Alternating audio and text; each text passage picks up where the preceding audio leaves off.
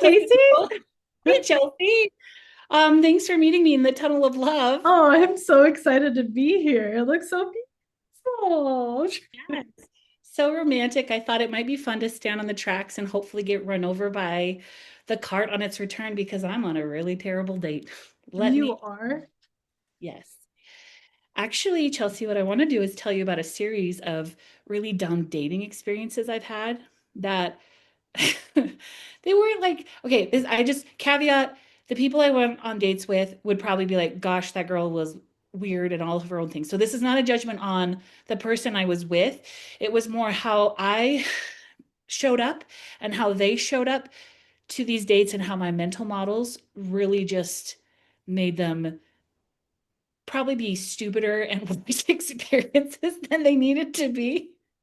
Great. Um, so yeah, so in light of the upcoming holiday of love, Oh, I wanted to, I'll give you three stories, three vignettes into the dating life of my teens and early 20s, um, and how my mental models really didn't come through for me or set me up to have some real fun learning experiences.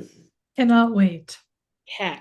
So actually, I'll start in high school. So in high school, um, I was very friendly and I was really great at making friends because I'd had a lot of experience in my life, moving to new schools, being friendly, talking to people. I was also, like we had talked about when we talked about our ADHD diagnoses, great at adopting other people's personalities and showing up the way I thought they wanted me to show up. So it was also easy for me to be like kind of a chameleon and make friends with people. And I know, again, that makes me sound like a psychopath. I promise you there was some real and genuine reason I liked that person and thought they were interesting, but how authentically I was able to show up at myself as myself, the mileage varied a lot because of just not really knowing that it was okay just to be me and or how to be me around other people. Yeah. I was a teenager, and I feel like at some level every teenager does that because that's part of like the pubescent angst of teenagerhood. So anyway, I was friends, as most people, as most girls are, had been friends mostly with girls throughout the early year. Like I'd been friends with boys and girls throughout all of elementary school and middle school. It started to be like separated as like people started to have feelings for each other, and there was like less mixing between boys and girls at my school. And then by the time I was in 10th grade, most of my friends were just women or females or girls, I guess. Um, I said that really weird. I'm sorry. And so then anyway, but like so we had our like little girl group and we were friends. But by the end of 10th grade, a lot of my friends were like, I just think it'd be fun to be friends with boys. And I was like, well, haven't you ever been friends with boys? And they're like, no, not really. Like these are girls who had only ever really been friends with girls their whole life. And I was like, oh, well, so boys are just like girls, except they're boys. Like in my head, I was like, some of the things they like are a little different because like, especially, in the early 2000s, there's still a lot of like gender norms and stuff that people are leaning into. And I'm like, but mostly like it's not that hard to be friends with boys, I don't think. Like if Yeah. you've been friends before. So I decided I was going to trailblaze and integrate this neighbor boy who I had been in science class with the year before, and he and I like had a lot of fun talking and joking throughout that whole entire year. And I would incorporate him into our friend group. And so I did. And so then the next year, like, so that was the end of 10th grade. And then starting 11th grade, they were like him and his buddy were like our go-to guy friends. And like we would have a lot of fun. So naturally, though, crushes developed. And one of the things, and this can be like a whole other episode if we need it to be, but one of like the mental models I like came up against a lot was like, oh, no one likes me. Because I wanted someone to like me, but I also didn't. And it's just like, the really dumb, great contradictions that come up a lot when you're a teenager with undiagnosed depression, anxiety, and ADHD of like, I want it. No, I don't look at me, but look at me, please. And just like all that stupid angst. So there was some of that going on. So anyway, in my head, I was like, well, of course, this guy ended up liking this girl because everyone likes this girl and no one ever likes me. So there was some of that like victimhood of like, no, woe is me. But anyway, um, something we were doing at the time was we would tell each other like our top three, like who were the top three people we liked at the time. And we were having this conversation, and this was a game another friend of mine started, the friend that like everyone liked, because I was like, he's always on someone's list. And so that was kind of like, again, my attitude about it. But anyway, she started this conversation with this friend, and she told him her list, and then he told her his list, which she was number one on. And she was like, oh, because she wasn't expecting that. And I was like, well, that's because you don't have eyes. Because like it was pretty obvious to everyone else that he was forming a crush on her and had feelings for her. So anyway, she didn't reciprocate those feelings, but she and I were besties in high school. And so she's like, Casey, I just really don't know what to do. He said I'm number one on his list. So I kind of panicked and said, well, I guess you're number three on my list. And gave him like a pity spot. And now as I'm telling you this story, I'm like, man, I was so dumb in high school. But anyway, I think we all are though, of like just trying. I mean, it's our first time like trying to figure out all these feelings and navigating feelings and like hierarchy and also like wanting to belong, but also wanting to be your own person. It's just a hot and mess. yeah, and like also being like, I'm so grown up. And then I hear myself saying this as an adult woman. I was like, man, I was not grown up. As grown up as I thought I was. But Yeah. so then so she was like, I just really don't know what to do. I don't want to hurt his feelings. And so I said, well, I think the kindest thing you can do though is tell him if you don't like him because you don't want to lead him on. Yeah. And he That's clearly, such a wise thing to say to your friend. Like, I'm so glad you said that. yeah, I was really good at giving other people advice that I didn't follow, slash didn't have need to follow anyway, because I tell you what, no one was putting me on the top of the list. Anyway, so it was one of those things where I was like, no, I think the kindest thing you can do though is just let him know, like, you don't really like him, you're not interested in him. So then that way he can like kind of crush this crush before it gets bigger. Yeah. And she's like, okay, but like, how do I tell him? And I was like, it's easy. You just walk, like, it's easy. Like, I had experience. I was like, it's easy. You just walk, just take a walk with him and just be like, hey, I really like you, but only as a friend. I was flattered by what you said to me. Probably just pulling stuff that I'd seen on like Saved by the Bell or other like TV shows I watched growing up that involved like teenagers dating in like a lot less of an awkward way. I mean, that's where I got like my relationship and like navigating. It was Degrassi, Next Generation. There you go. Yeah. And so anyway, I was like, just do that. And she was just like, "Oh, I don't know. I just feel like I'm gonna like chicken out." And this is where my dumb high school brain was like, well, then you know what? I'm a good friend. I'll walk with you. I'll go on that walk with you. So cut to, we're hanging out at my house. She's like, okay, I'm gonna do it. You promise you'll walk around with us? Yeah, of course. Because she was worried that she was like gonna chicken out and panic and then like gonna have to be his girlfriend even though she didn't want to be. Um, And so I was like, okay, yeah, of course. This is such a good idea. So cut to us walking on the sidewalk on the block around my house.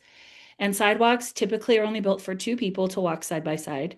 So I am officially third wheeling it in the back, sometimes in the front, depending on when they stop and everything. And it's like half of a block, and like the first strip of block is me trying to like just make things calm and cool and like break the ice and be like, like talking about whatever stupid stuff I was thinking about. And then I was like, oh, anyway, I'm just gonna like look at this tree for a minute and like stop so that I can have some privacy. Anyway, and at this point, and this guy I had been friends with him for a while, so he was also like he kind of knew who I was as a person, and he Yeah. was dumb, and so he like knew something was up. Yeah. And so he's also just kind of like, okay, what is this? Like, just get this over with. Yeah. And Rip the band-aid off. exactly. And in my head and in her head, we're like, we've got to make sure his feelings are okay. And he's just like, just tell me this is stupid vibe, which it was. Anyway, and so she tells him, like, oh, I was flattered when you said I was number one on your list. And then I said you were on my list, but I just really don't feel that way about you. And he was like, that's okay. And that was it. And guess what? Knowing this kid, he really meant it. Like this guy Yeah. was a totally cool guy where he probably was like a little bit hurt because it always stings a little when someone you love Yeah. gets back. But he doesn't like he came from a family that had better emotional regulation than me and my friend did. So he was like, yeah, that's fine. And he got over it real quickly. like the amount of angst that we had going into it. And like I made it like I remember she wanted to rehearse and we practiced what she was going to say. And then again, I was like, I will be there to support you, which meant like this friend, this mutual friend of ours who knows me and knows that I'm like tagging along for no good reason. Then it was like just an awkward walk back to our house after that because I was there, third wheeling, fully aware of everything that just happened. So also I feel badly for my friend because it was like he couldn't just be like let down a little bit by the girl he liked. He had to be there with the girl he liked plus her friend. Anyway, it was stupid. Yeah, that's okay. So that was one of my early brushes with dating and how like my terrible mental models and my friend and I dysregulated together to lead us to have a very terrible non-breakup walk around my block.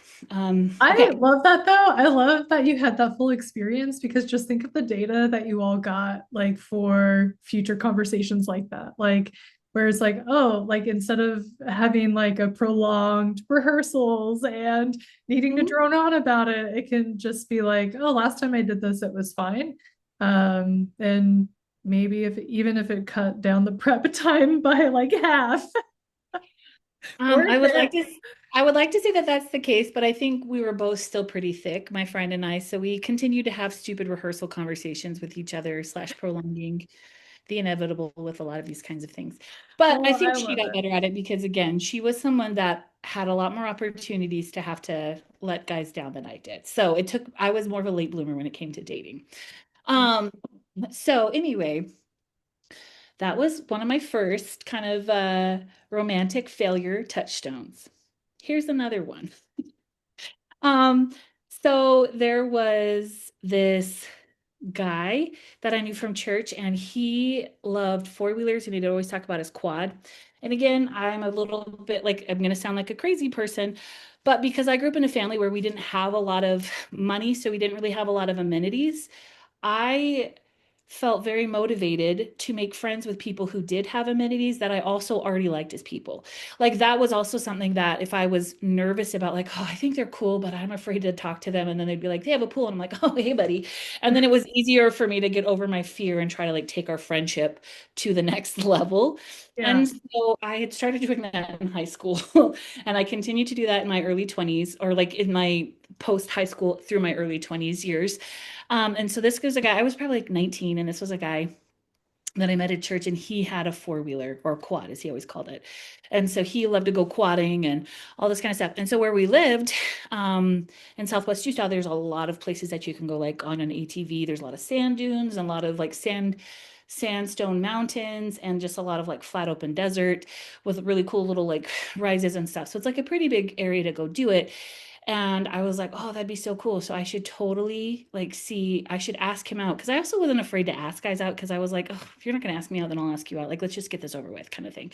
Um, and so I was like, I should ask him out, and then we could go on his four-wheeler. And then because I just had wanted, I had gone four-wheeling before or on an ATV before, and I'd wanted to go again. And so I was like, oh, I should totally ask this guy.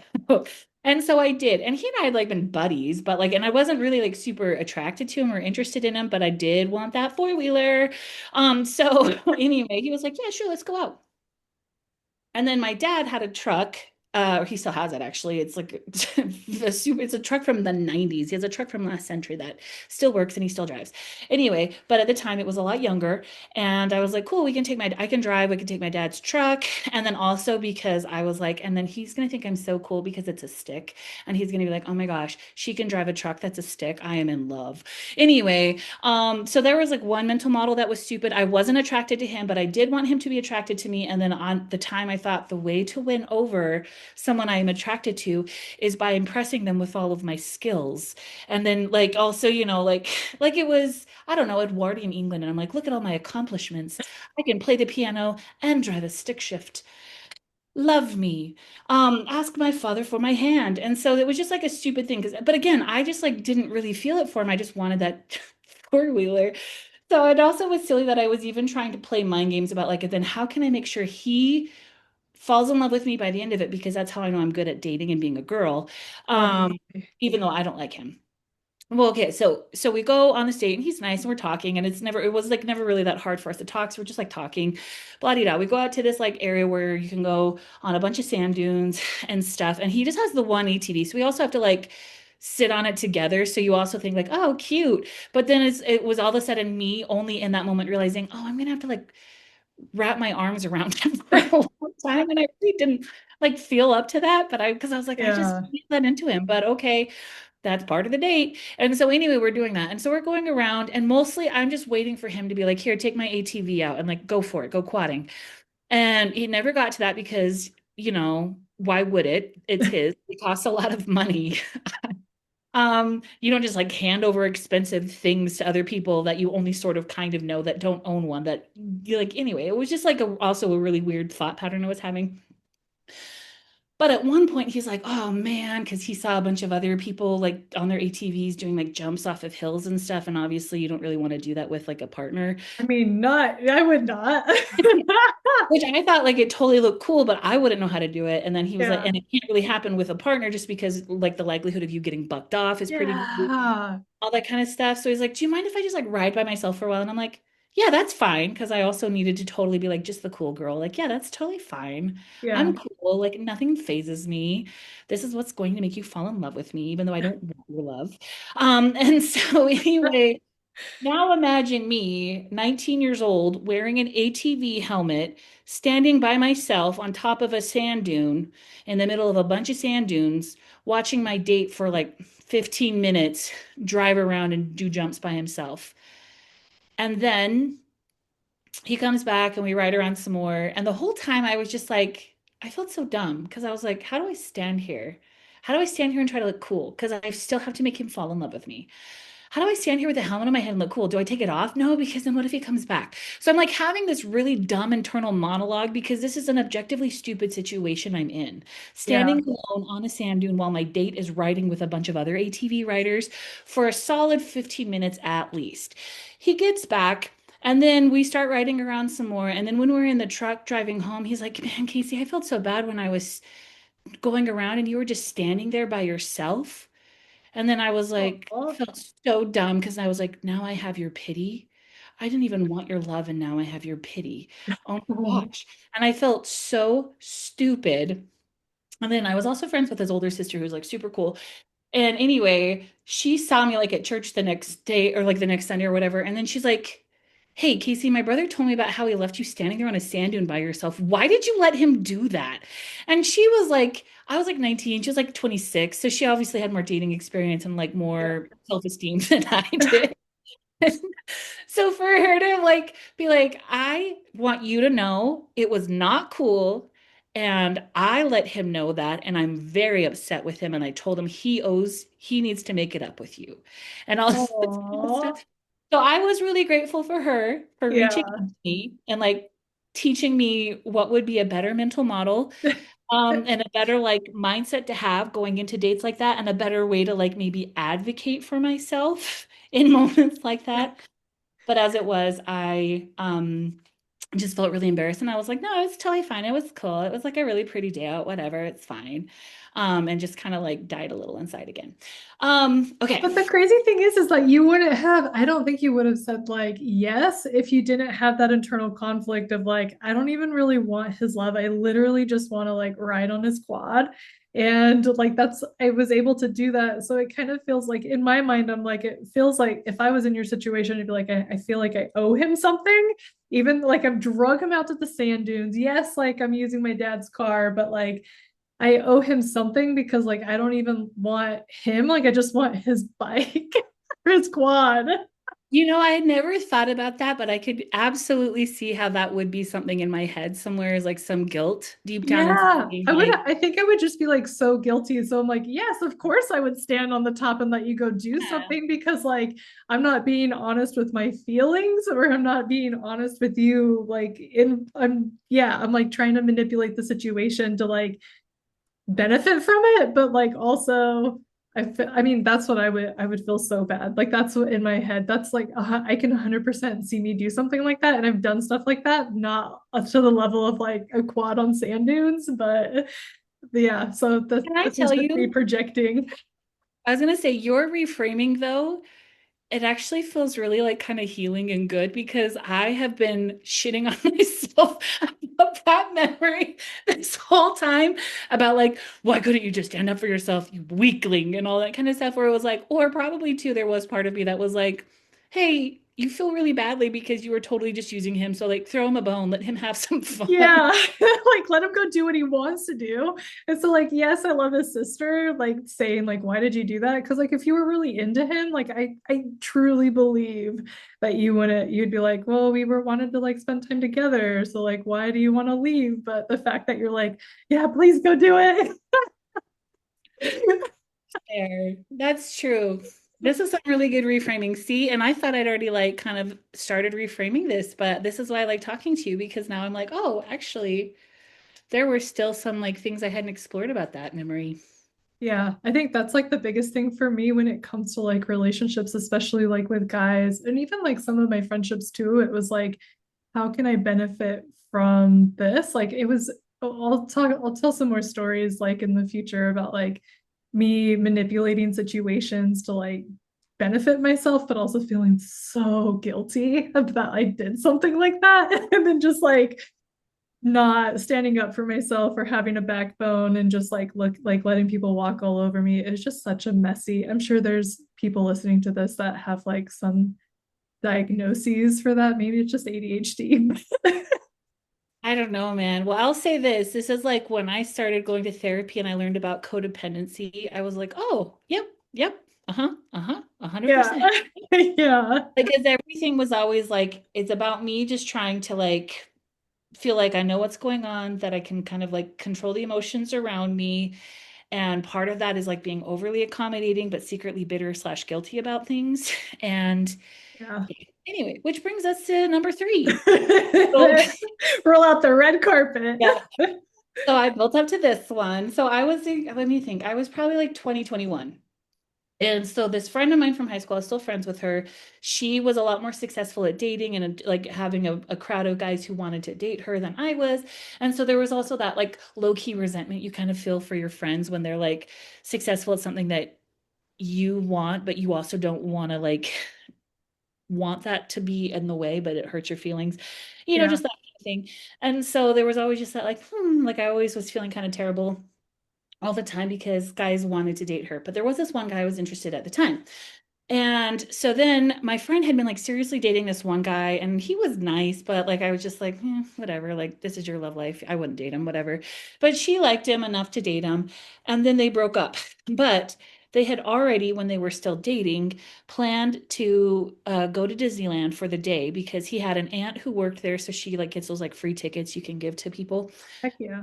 So he was like, yeah, we should go. And then she's like, well, I'm not gonna, like, we've broken up, so I'm not gonna just go on a date with you to Disneyland, just me and you. And he's like, well, I bet I could get two more tickets. We can make it a double date. You could bring Casey because he knew that she and I were really good friends. Yeah. And she was like, okay, yeah, like as long as Casey comes in as a double date, that's fine. And so she told me, and I was like, ugh, well, like Disneyland is pretty fun. And but we would have to drive like 7-ish hours to get there. So it'd be like a super early day, then the day at the park, then the drive back. Okay, well, if I'm gonna go, I'm gonna make sure I'm gonna try to ask this one guy that I do like because I don't mind spending a day with him. Because the other thing I'm always thinking of too is like I am a person who just needs some quiet to recharge. I'm a more introverted person that way. I love quiet time. I need to be by myself to recharge. And so also having to spend 14 plus hours a day with one other person, by the end of Yeah. the day, I have to like you at least a little bit, or else I'm going to want to murder you. And like just so I can be alone. Like I was just already realizing, oh my gosh, this is just going to be a lot. Let me see if this one guy that I kind of like can go. And I invited him. And I also felt really stupid because it was like, I'm about to, like, this guy and I had like hung out a couple times, but we hadn't never really like gone on a date or anything like that. And so then all of a sudden I was going to be like, let's spend a whole day together and you can't go anywhere. Sorry, you're stuck with us, kind of thing. So I knew it was also like a pretty big risk. But I was Yeah. like, whatever, we have fun together. I think it'll be fine. And at the Yeah. very least, like I would rather go to Disneyland with someone who I know would have fun at Disneyland, even if he and I don't really connect and vibe. 100%. So all of this, like just in general, was kind of like a big risk anyway. But then I asked the guy that I liked and he couldn't come. And then I was like, well, Mhm. I don't know who else to ask then. I was like, no one else that I like. So then I tried asking a couple of just my guy friends just to be like, hey, this is the situation. Can you just come? And Yeah. the two guy friends I asked couldn't do it either. And Dang so now it. we're coming to like week of, and I was like, I'm sorry, guys. I've tried. I've been like, I've asked three people. I've been shot down by all three. What if I just bring a different friend? They're like, no, it has to be a double date. And this was also What? That's like so heteronormative time, normative time. And so it was like I had to be on a date. It was super weird, I know. But they weren't my tickets. And it was, again, yeah. this is the same friend that I was like, I will third wheel this like breakup conversation with this crush guy for you. So of course, like I was like, yeah, no, I've set the precedent pretty high. I've got to through. Anyway, so then the guy that she's dating is like, don't worry, I will ask my buddy and you can, and then see if he can come. So now recap, we're going to Disneyland. It's going to be at least 7 hours driving there just to get to his aunt's house. And Yeah. then we get the tickets from there and then go to Disneyland, spend the day at Disneyland and California Adventure because it was a park hopper ticket. Right. And then drive all the way back. And now it was going to be a blind date for me on a double date with my friend and the boy that the guy that she'd broken up with a couple weeks ago. Oh, All of this you can tell is going to like is be it a an overnighter too? Like, where were you all staying? we were just doing it all in one day. What? You I guys are know. crazy. I know. So then again, this is like how dumb I was. But also I was like 20, so it's like you are pretty dumb back. Yeah, I mean, and you have so much more energy when you're young like that too. So, Yeah, where you're like, yeah, this is fine. What's one day of my life? Anyway, how so many hours were you at the park? Yeah, sorry, the logistics are like hanging me up. I know, honestly, like again, not a lot of foresight into all of like just thinking through the logistics of the day.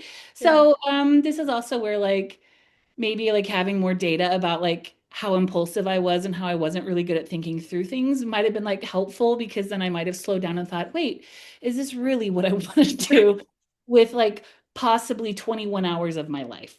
In Because what time did you leave? so we met at this guy, so we met at my friend's ex-boyfriend's house like at 4 in the morning.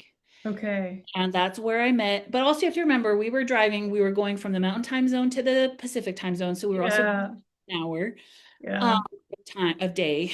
And then I got to meet him like at 4 in the morning, sleepy-eyed. This is the first time I'm meeting my date, who Wow. it turns out we didn't really have a lot in common. And so at first Oh, dang it. we're like in the back seat, and he and then my friend and her ex are in the front seat. And I tried talking to him because I'm like, hey, I know we just met. We're supposed to be like on this date all day. So like, let me try to like break the ice because like in my head, that's what you should do. Yeah, 100%. Very tired. It was 4 in the morning. I have no idea what his like sleep life is like. So I don't know how Yeah. tired he is. So he's not very chatty. So then I think, well, oh well, we'll sleep in the car for a little bit. And then when we wake up, maybe he'll like just be like more well rested and more convivial. He wasn't. We both napped in the car for a few hours and then woke up. And then I tried talking to him again. And it was like pulling teeth, except I really would rather have been at the dentist because like Oh, he just wasn't a talker, and that's not on him, but it was just like I don't know how to make this situation less awkward except that like I yeah. don't think you and I are physically attracted to each other, so we don't really have a lot going on here unless we can get some like personality connection. And it Um, sounds like he wasn't giving you anything either, no, like no, personality wise. he wasn't. And so I'm like trying my darndest and it's not working. And so then anyway, thank goodness we like so I'm mostly just like chatting with my friend and then sometimes her ex because I did know her ex pretty well since like they had dated for a while. Also just enjoying the drive because it's beautiful to drive through California. Um, Yeah. and so we get to Anaheim and we get to go visit my friend's ex-boyfriend's aunt because I think it's really important on a blind date to meet your friend's ex's relatives. Oh boy. And so we get to like talk to her for a little bit. The whole time we're asking the guy who drove us, my friend's ex, like, hey, do you need to sleep? Do you need a rest? He's like, no, I'm fine. We are at his aunt's house. He like sits down and kind of closes his eyes. We're like, we can just let you sleep for a bit. He's like, no, no, no, let's go. So then he's like, up and let's go. Like, so we start at California Adventure because it closes sooner than the park does, the Disneyland park. And so we start there, and I had never been to California Adventure, so I was really excited to go. And Yeah. we at this like we did like two rides, and I think we just like did one of like the first one, which was like soaring over California, where you're like sitting on a That's chair. so great. It's fun and it's relaxing, and it's just an easy way to like ease out of being in a very long car ride. Yeah. and to like doing stuff at the park. And then after that, like we did that ride and then one other ride. And then my date was like, hey, I've got a migraine. I'm gonna go just take some medicine and then just like sit down for a while. And I was like, okay. Because at this point, it was not a connection. We had no loyalty to each other. We were both strangers to each other, and it was clear that like this was not a match. Yeah. I was like, oh, okay. Well, I hope you feel better. We'll come check in a little bit and let us know when you're ready to like hang out again. And so we just kind of left him on a park bench. And then my friend wanted me to stay with her the whole day because one of the big things she was saying was like, oh, I just really am worried he's going to get the wrong idea. And again, this is one of those times where she said that she wanted to, when she was like, well, we're still going to go to Disneyland and they'd broken up. And I was like, I don't know that this is a good idea. Like told her again, I don't know that this is a good idea. One thing though is I tend to be very direct with people and not everyone likes to hear it. But also I think part of that is because I'm not always like the most tactful.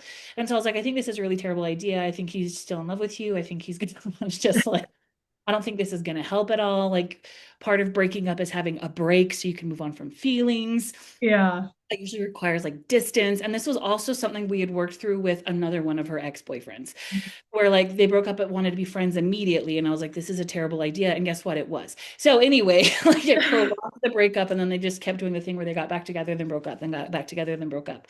And I was like, you just need to do the break part of the break. Uh, Yeah.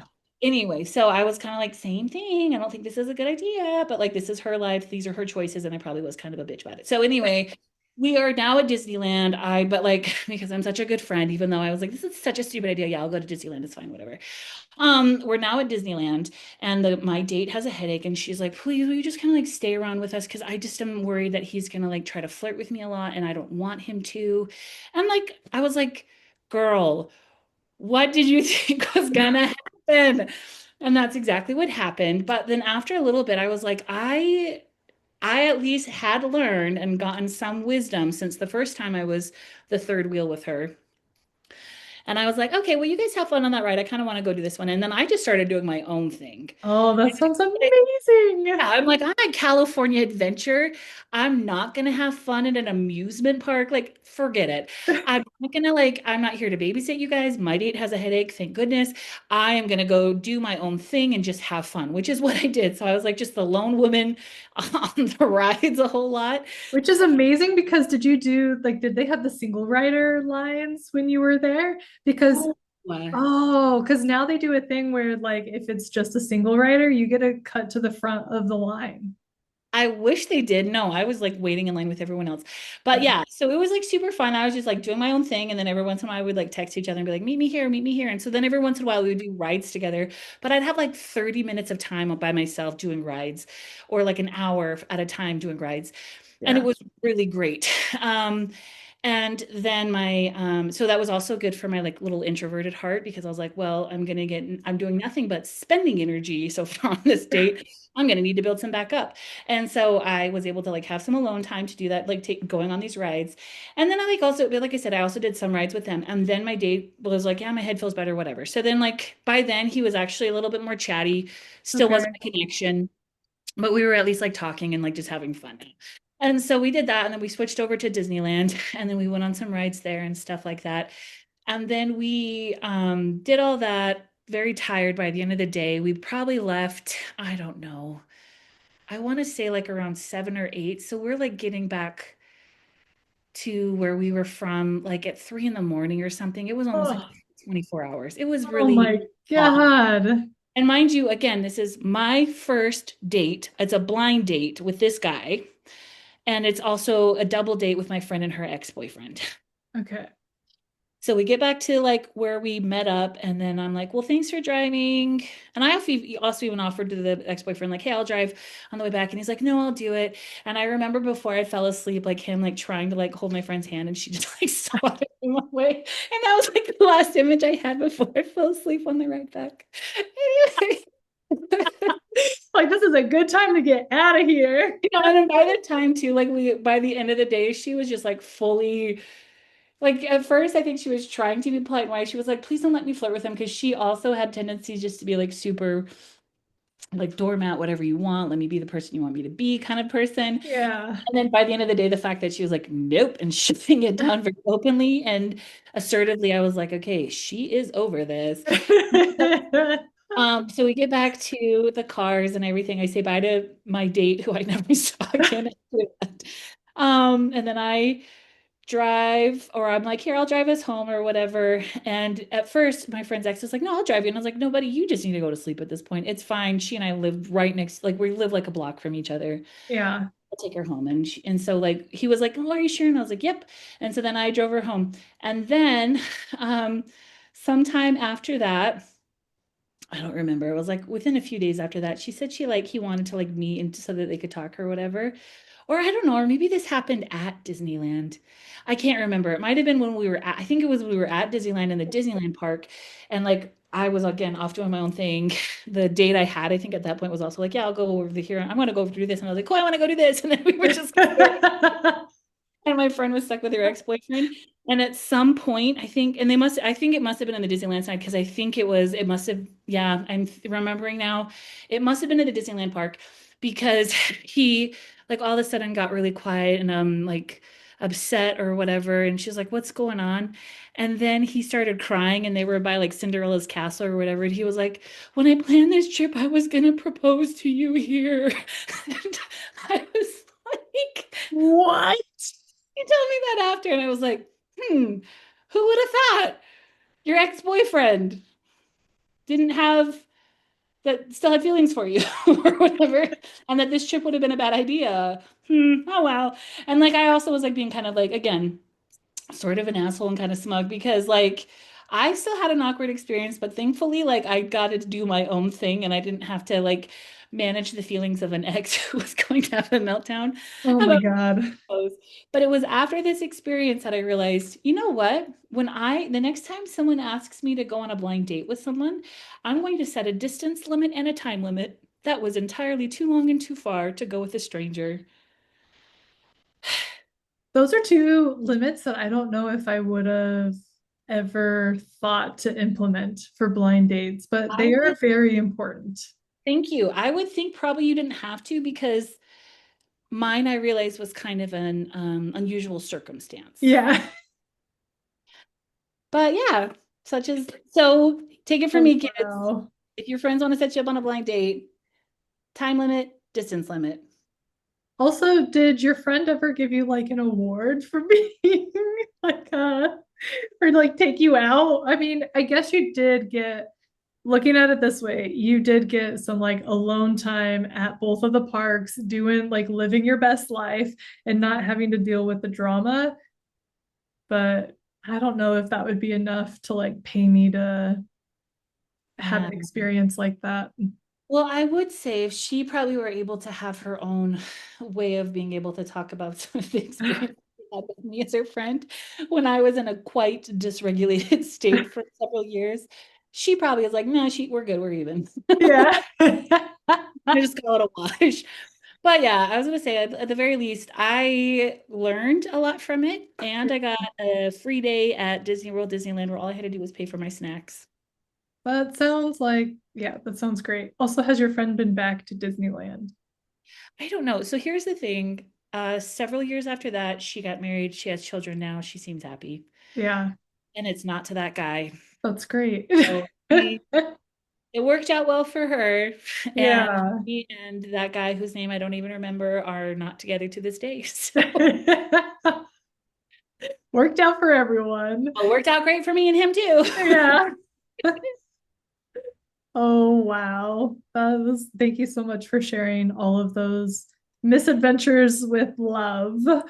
Hey, and listen, like I said, that's just scratching the surface. I've got, I but know. those are some of my more amusing ones that I'm happy to share. Let people learn from those moments of my Yeah, life.